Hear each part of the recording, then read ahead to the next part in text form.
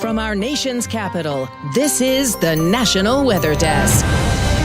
Good morning and welcome to the National Weather Desk. I'm Angela Brown. Big weather changes are coming to the Gulf Coast. A low pressure system is expected to dump several inches of rain across the region, including Florida, Alabama, and Mississippi. There's also a slight risk of tornadoes. Meantime, there's a new tropical storm in the Gulf. Sean developed overnight. The good news is it's not expected to develop into a hurricane. So far this season, we have had a total of 19 total storms, 6 of which became hurricanes and 3 major hurricanes. And check this out right here. The Rockies are gearing up for the first big snowfall of the season. 1 to 2 feet are possible in Wyoming and northern Colorado over the next few days. Some ski resorts in Utah are also expecting to see snow. This is the same system that will bring heavy rain to the Midwest and Northeast at the end of the week. This year, we have seen a record number of severe weather events, and the costs are really starting to add up.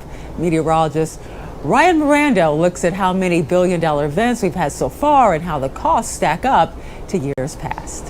2023 is rolling on by, and it's been a very active year for extreme weather. We've had 24 disasters, each of them costing over $1 billion. We had Hurricane Idalia. The vast majority of it was from severe storms. We had 1 flooding event on the West Coast, and we even had a winter storm up in the Northeast that costed over $1 billion in damage. We've had 24 so far this year. That's the most we've ever recorded, more than 3 times the average. And the past few years have been very active too. We've all been in the teens, but this year we are just way above that. But in terms of the cost, a lot of these disasters aren't costing a crazy amount of money. When you add up all the money, we've had about $67 billion from those disasters. Now, that does not include Hurricane Idalia, so the number will go up. But compare that to last year by the state, we had $143 billion in damage, way above the average. All these hurricanes and these severe weather events are becoming more dangerous and spending a lot more money. The impact of climate change may be felt far beyond storms, but also the mental health of young people. A new report from the Environmental Advocacy and the American Psychiatric Association says that extreme heat, poor air quality, and natural disasters can lead to young people being worried about the future, give them PTSD, and also cause issues like anxiety and depression. Now to some information that could brighten your mood. We have an update on your fall foliage report where you live. This map is from the explorefall.com. They have daily updates here. The darkest colors you see on your screen indicate peak color has already happened. You should instead focus on the red, which is peak, and there's plenty of red in the Pacific Northwest, Rockies, Northern Plains, New York, and New England. The oranges mean there's moderate or high color, but more is on the way. Elsewhere, everywhere else, you'll see orange and green. That means it's still too early, so you want to be patient here. This Saturday, everyone in the continental U.S. will have a chance to see something called an annular solar eclipse. Meteorologist Ken Alexander looks at what makes an annular eclipse different than a traditional solar eclipse and where you can get the best views. Astronomical Display will be putting on a show for many folks across the U.S. this Saturday. The 2023 annular solar eclipse will occur the afternoon of October the 14th. Many of us are familiar with a total solar eclipse where the moon completely blocks the sun. Well, during an annular solar eclipse, the moon is at its furthest point from the Earth, but still passes in front of the sun. The word annular has to do with the ring of sunlight that surrounds the moon. As a result, the moon appears as a dark disk in front of a larger bright disk, making it appear as if there's a ring of fire around the moon. If you decide to view the annular eclipse, make sure to wear protective eclipse glasses. Sunglasses are not enough. The maximum eclipse ranging from Oregon into South Texas. And there was a different sky show during sunset in San Antonio, Texas last weekend. A sun pillar appeared in the sky. These vertical shafts of light form when sunlight reflects off falling ice crystals found in thin, high elevation clouds. Then those crystals align horizontally. They give the illusion of that vertical column of light. Sun pillars are most often seen when the sun is low in the western sky before sunset or low in the east just before sunrise. And given how they look, many UFO reports have been attributed to these sun pillars in the sky. Well, they are adorable, but experts are now warning people in Washington state to steer clear of local harbor seals. 3 adult seals in Puget Sound tested positive for bird flu. As reporter Kelly Koopmans reports, experts are telling us how it could impact humans and also our pets.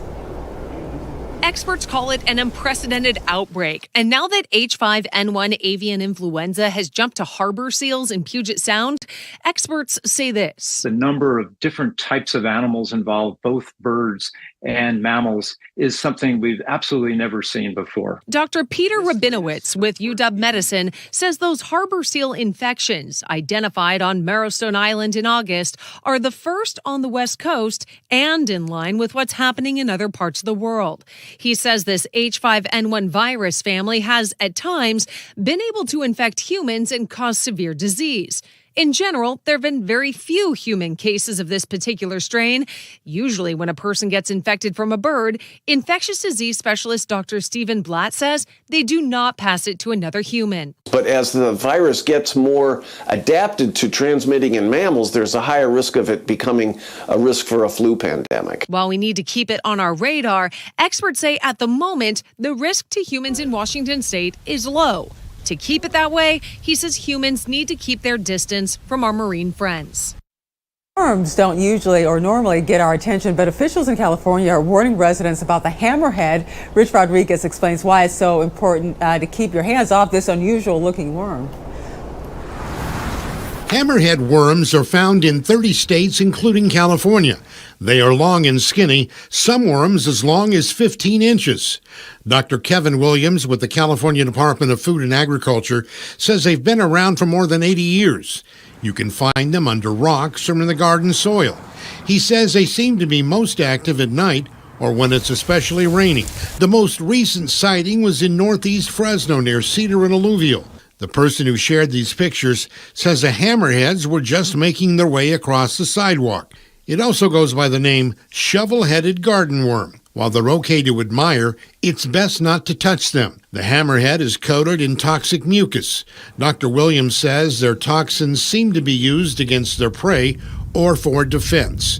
He adds, while they've been here for years, there doesn't seem to be any evidence of harm to humans being caused by them. While the hammerhead and earthworm are enemies, the hammerhead is a friend in the garden because it dines on slugs and snails. In Arkansas, city workers got to experience a unique wildlife encounter Tuesday morning. They found a rare albino squirrel. Griffin Damaris has more. It's been the year of animals in northeast Arkansas, from black bears to alligators to parrots. So we decided to add one more to the mix, but this one is definitely something you don't see every day. But when I actually seen it, I didn't like it. Honestly looked like a rat. Terry Harris was cutting the grass at a city cemetery in Jonesboro when he looked up into the tree and noticed something he had never seen before. Out of my 38 years of living, man, that was one of the most awesome things I ever seen in my life, man. Harris was talking about this little guy, a white squirrel running around the cemetery, which leads him to call his friends over to take a look. I seen the tail of it, got the red eyes indicating that it's an albino, and man, it's one of the most beautiful things you can ever see in your life, man. I'm so serious, man. The albino squirrel is very rare. Harris said they work out in cemeteries all the time and had never seen anything like this. We see deers over there, we see groundhogs, we see rabbits. But to see something like this out of 38 years of my life, man, like I said, it's astonishing, man. The squirrel spent the day hanging out in a tree while people around it took in the chance to take a look. As Harris said before he left, he wanted to make sure he stopped by one more time. I'm going to try to get down there before we actually go to our other job and get down there and see it again. And we have a winner here. The Fat Bear Week finals came down to Chunk on the left and Grazer on the right. And with more than 80% of the vote, Grazer captured her first Fat Bear Week title. You may remember Fat Bear Week is how Katmai National Park celebrates its bear population as they fatten up for winter hibernation. Grazer is the third female bear to win the title. More than 1.3 million votes were cast in the tournament, which is a new record. And coming up on the National Weather Desk, we'll look at why birds in Maine seem to be staying away from backyard bird feeders and why it's so important to clean up those fall leaves.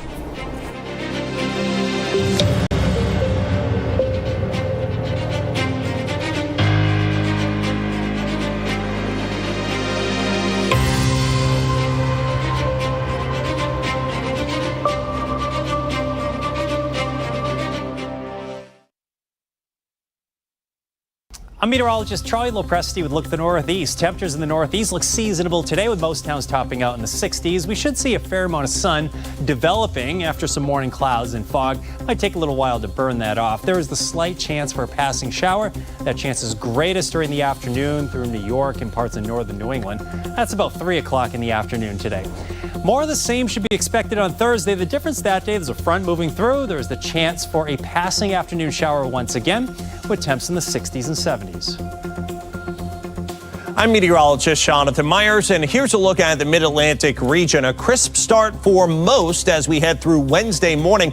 By lunchtime, well into the 60s and sunshine and near 70 into the afternoon hours. Actually looks like a very nice end to the day. And we're going to stay pretty nice, I think, for most of us through the end of the week.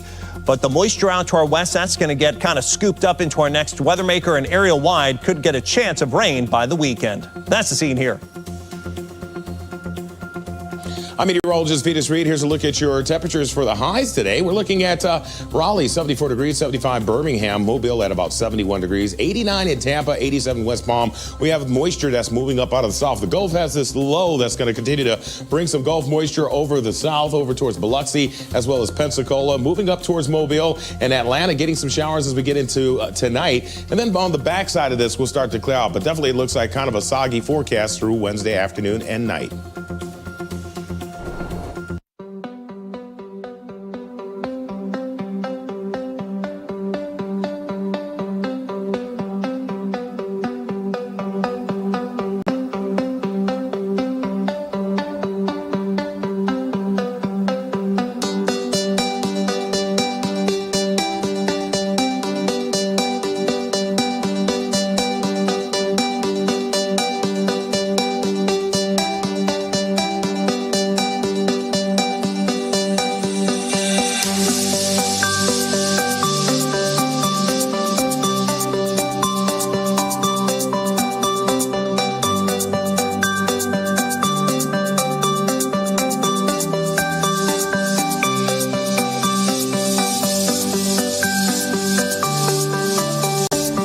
You are watching the National Weather Desk. An invasive species plant was discovered in Michigan, and it has people worried. Meteorologist Heather Bricka explains the risk it poses to local waterways and how you can spot it. Michigan Invasive Species Program is calling it the monster aquatic weed. The highly invasive plant hydrilla is known as one of the most difficult to control in the United States. We were surprised to discover hydrilla in Michigan for the first time. Hydrilla is an aquatic plant that grows underneath the water in lakes and streams. And it's a very fast growing and fast spreading plant that has been discovered in many states throughout the U.S., including Ohio and Indiana. It was just found in southwest Michigan on a residential property. They're already starting aggressive treatment of this plant using an aquatic herbicide in hopes to knock it back so it can't spread any further. Once it lays its roots, it's hard to stop the spread. It grows really, really fast and really, really thick. And so the problems that we see is that it grows so thick that you probably can't even get a boat through it after it's been there a while. It's really dense. It crowds out our native species. The plant is very elusive and difficult to see. It grows under the water, and so it's not always readily apparent like a cattail or something would be to us near a pond. Lattimore says it can look similar to native plants, so this is how you can identify it. You really need to kind of have the plant in your hand and look at it closely. And what makes hydrilla different is that those small leaves along the stem have teeth along the edges and on the underside. They're like serrated, like a bread knife would be, which our native plants that look similar to that have smooth leaves. Washington State, it's not plants causing a problem, but elk, one elk to be exact. Residents of Seattle's Whidbey Island are being warned to stay away from a wayward elk who has been on the island for 10 years now. Lee Stoll has more. This picture of a majestic elk soaking in the sun looks like it's plucked from a fairy tale, but Bruiser is very real. He's the only elk on Whidbey Island. The wayward elk has been living on Whidbey Island for more than 10 years. Wildlife officials believe he swam over from Skagit County with his herd and never went back. We checked in on him just before the pandemic when he was seen tangled in a tarp. He was tranquilized in 2017 to free him from a buoy and 30 feet of mooring line.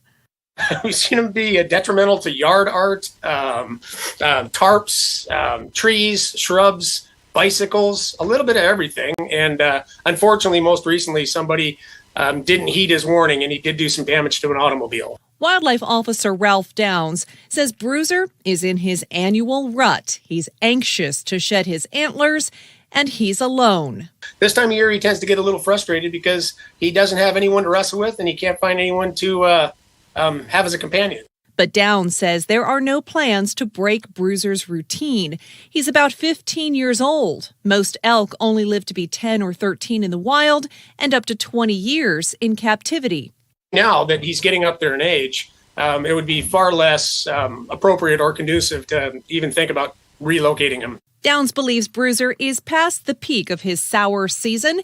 He warns people enjoy the sight, but give their 1,000-pound neighbor some space. Ever since Hurricane Lee moved across Maine last month, people have noticed that something is missing, and that something is birds. People are reaching out to the Audubon Society as well as our station in Portland, wondering if there's a connection. Stephanie Grindley gets to the bottom of this winged whodunit. Maine Audubon says their phone has been ringing off the hook. Naturalist Doug Hitchcock says Mainers have been hyper aware of the lack of birds since Lee made its way to Maine. He confirmed with the I-Team there is some truth to the disappearance claims, though he says it has nothing to do with a tropical system.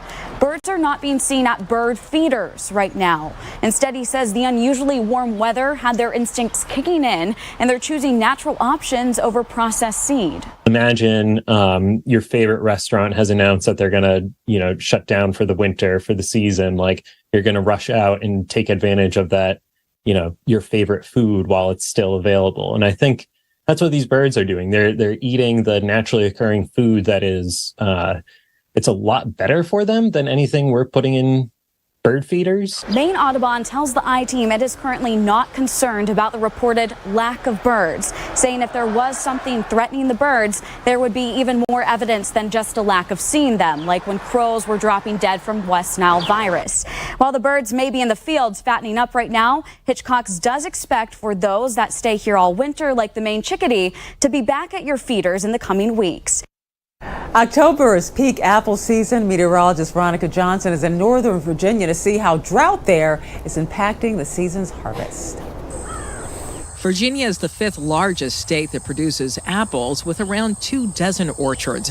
Unfortunately, many of those orchards are in areas where we're seeing moderate to severe drought conditions. Exposed ground dries up much faster than covered ground does. When you come out to our orchard, you'll see grasses, clovers, different weeds and vetch and cover crops underneath our trees that we graze with sheep and chickens. We think of it as balancing and holding the moisture in to withstand the drought season, creating a more resilient tree, promoting its immune system, and really making it to withstand anything that nature throws at it. Over the last 6 months, rainfall is down nearly 4 inches. Thinning was another thing of just making sure that during a drought season, you don't want to have the trees with too many apples on them. The tree can only send so much energy to its apples.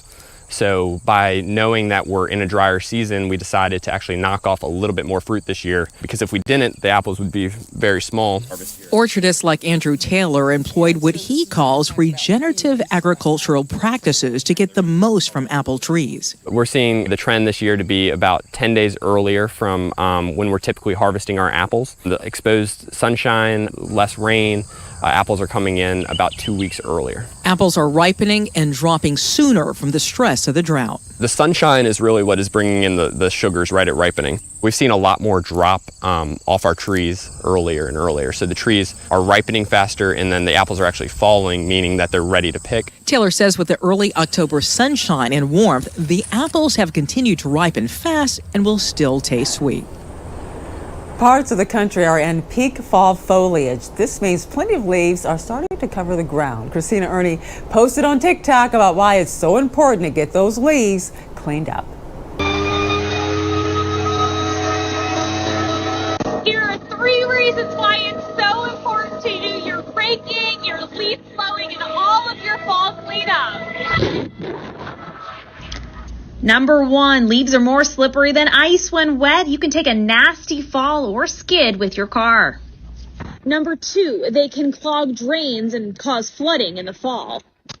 Number 3, leaves left unraked can actually harm your grass. In the winter and the spring months, it can promote mold under snowpack and ultimately harm your grass and even make it not grow next spring. Take another short break. Views of Michigan from above.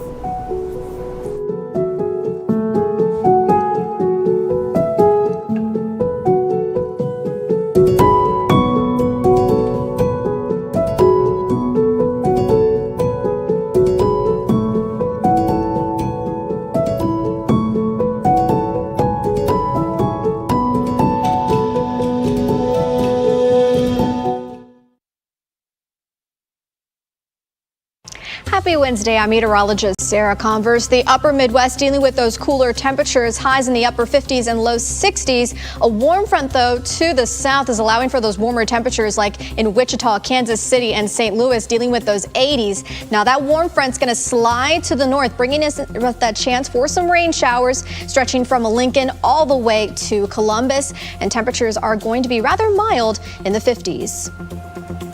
Good Wednesday morning to you. Meteorologist Chris Suchan. Look at our forecast today across the region. We do have a cloudiness, a little bit of a rain chance along the Gulf Coast with an area of low pressure that'll be pressing to the northeast. Not a tropical system, but it does bring a cooler day in New Orleans in the 60s, 80s elsewhere, lower to mid 80s. And then Thursday, as that system pulls away, looking at, a lot of sunshine across the region and temperatures getting a little warmer, 80s, even a few low 90s possible.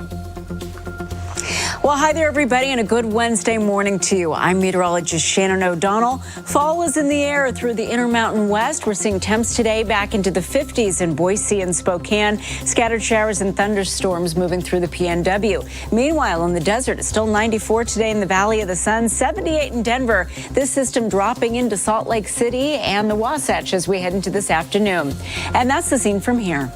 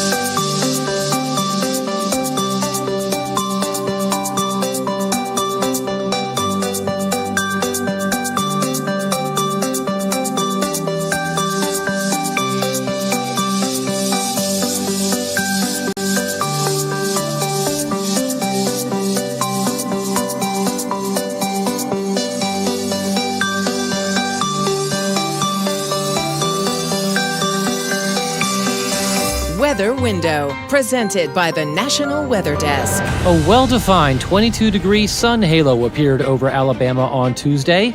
These are formed when light from the sun is refracted by ice crystals in the thin cirrus clouds overhead. And some of the country's best fall colors right now can be found in the Mountain West, including here in Utah, as well as in New England, especially northern and western Maine. Want to see your weather photos and videos on TV? Click Chime In on this station's website to share. Well, we talked earlier about severe weather, but do you know when you are most at risk from a storm's lightning? Darren Zahn has the answer.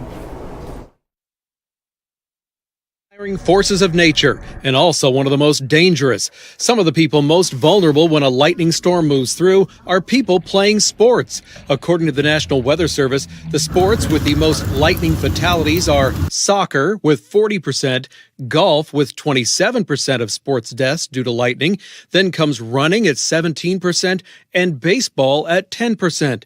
No matter what sport you're playing, when you hear thunder or see lightning, leave the field immediately. And we'd love to connect with you. You can find us on all of your favorite social media platforms. Just search the National Weather Desk. We'll be right back.